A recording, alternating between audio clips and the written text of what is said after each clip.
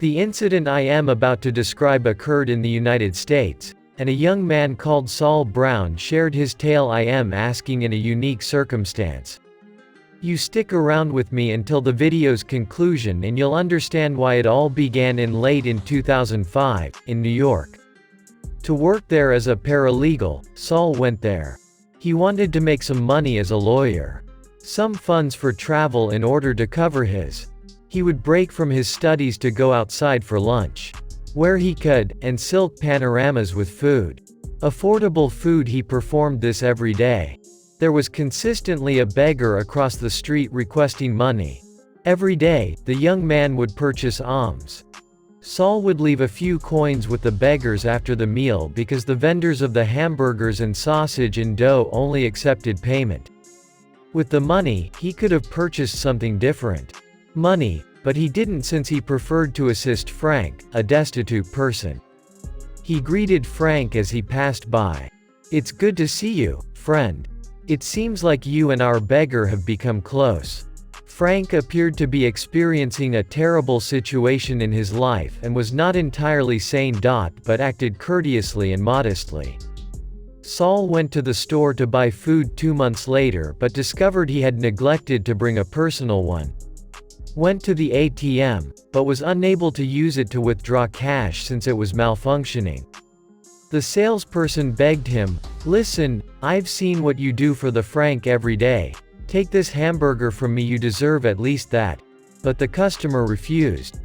Suddenly, something even more unexpected occurred, and Frank and Saul shared a hamburger. Saul had to return to Pennsylvania to resume his studies after 3 months of labor, so the day he bid goodbye to. Although Frank was formidable, both of them hoped to see the foundation at some point, and so it has been.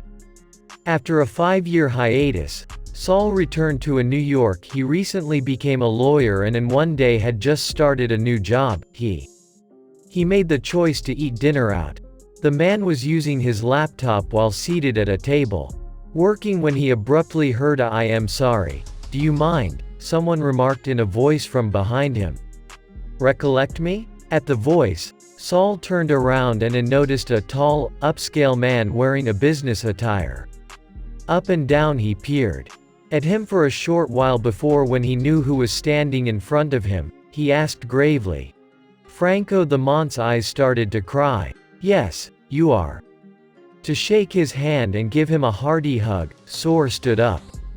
Franco was about to start crying when Frank sat down at the table next to Saul, and all he could manage to say was, "Thank you." In the last 5 years, her family has learnt that the medical professionals assisted Frank in getting his affairs in order, locating employment, and regaining his physical and mental health. Further, according to all, Frank claimed that the year we met, he was in a worse state than he had ever been. He claimed that the only thing he could do to deal with the sadness that was engulfing him was to. He claimed that ever since he was a young child, things hadn't gone smoothly for him.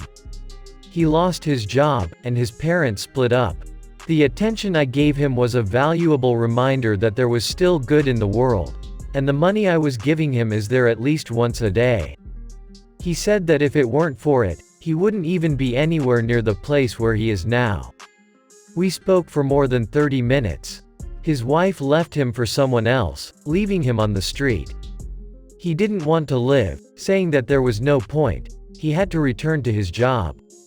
He gave me a new embrace. After a few more minutes of talking, he again lost control of his emotions and started crying. Frank has never known my name, doesn't know it right now, and I like to assume he never will.